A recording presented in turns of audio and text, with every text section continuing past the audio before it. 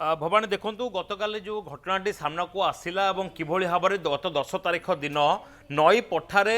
जो नाबालिका रही पुरुष बंधु जो समय संध्या पखापाखि 6:30 समय जाऊे धौली बुली सारे से समय अतर्कित आक्रमण कराइला किसी दुर्बृत्त मान टंका मागिले टंका न देबारु पुरुष बंधु गाड़ीर चाबी छड़ेबा सहित अतर्कित आक्रमण करथिले अतर्कित आक्रमण करने सहित पत्थर मुंड को छेची मारणास्त्र आक्रमण करथिले सेही समय जो रही नाबालिका जनक बंचाओ बंचाओ कही चित्कार करथिले गोड़ हाथ धरिथिले नेहुरा होइथिले नृशंस माने रक्त मुखा हो पड़ते नृशंस माने सबु सीमा सरहद पार हो जाइथिले केवल गोटे मुंडरे गोटे भूत सवार होता नाबालिका किभली भाव में दुष्कर्म करेंगे जनक पर जड़े गणदुष्कर्म करते पोशाक खोली जहाँकि निजे नाबालिका जनक निज एफआईआर लिखिं ता सहित एमाने जल्लाद माने मोबाइल समस्त प्रकार वीडियो और फोटो को उत्तोलन करते दुई अभियुक्त वर्तमान सुधा गिरफ होती जो मान कोर्ट चालान कर अन्य जड़े मास्टर माइंड एबे भी फेरार रही जे नाबालिका कहवा कथा हूँ मोट 5 जन जेहेतु घटनास्थल थे निज जीवन को बचाई से खसी आसते कहीं दुर्बृत्त माने कही जदि तुम ए घटना कौन बाहर प्रघट कर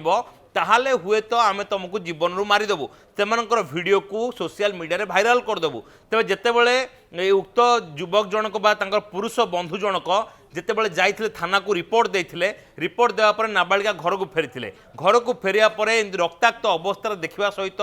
मानसिक अवस्था मध्य ठीक नथला जहाकू नेकी पचरा उचरा करथिले माँ बहुत कष्ट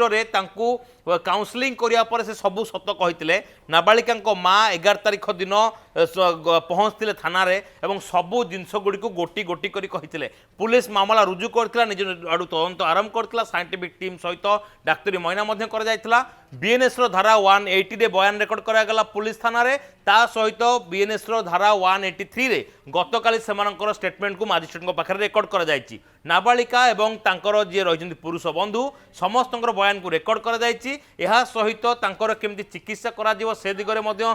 डॉक्टर सहित कनसल्ट कर जाइछि एवं पुलिस कमिश्नर एवं डीसीपी को कहवा कथा होउछि ए गोटे सेंसिटिव घटना रही गोटे सांघातिक आ संवेदनशील घटना रही ए घटना केमती तदंत को स्पीड अप करा जिवो केते शीघ्र चार्जशीट दाखल करा जिवो एवं सबु अभियुक्त केमती धरा जिवो से नेकी वर्तमान सुधा तदंत आरंभ करा जाइछि विभिन्न जगह छापा मरा जाइछि एवं ता सहित नाबालिका जनक आउ कोन कहउछंती तांको सहित बन्य पुलिस वर्तमान टच अछि पचोरी चुपके अचार खाने का मजा प्राइम अचार पुरानी यादों को अपना बना दे। तो ये पुलिस पे बड़ चैलेंज आप तो कहते जे सौभाग्य जे मास्टर माइंड सहित अन्य 2 जन मध्य फेरार अच्छा पुलिस सेमानंको धरिबा पई किछि स्पेशल ड्राइव करुची स्वतंत्र टीम गठन करिछि से बाबद प्रतिक्रिया कौन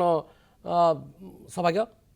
भवानी देखु गोटे बड़ कथा हूँ जो 2 जन दुर्बृत्त वर्तमान सुधा गिरफ होती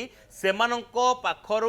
सेमती किसी प्रमाण मिल पारि ना एथुर गोटे जिनस स्पष्ट भाव में इंगित होउची तृतीय अभियुक्त बा जहाकू मास्टर माइंड बोली कहुची ता ना पूर्वर माळमाळ अभियोग रही तार अपराधर तालिका बेस लंबा तेरे उक्त अभियुक्त जनक जी रही फेरार रही ता मोबाइल किसी वीडियो एवं वीडियो सहित किसी फोटो मोबाइल रही कथा कहुच्छी जदि उक्त फोटो भाइराल कि वीडियो गुड़िक भाइराल करागला ताहले निश्चित भाव में गोटे अड़ुआ बढ़ तो उक्त अभियुक्त को जिते शीघ्र काबू न कर से पर्यंत नाबालिका जनक शांति शोई पारे ना बसी पारे ना नाबालिका स्वास्थ्य अवस्था संपूर्ण भाव में संकटापन्न रही नाबालिका वर्तमान सुधा काउंसलिंग आवश्यकता रही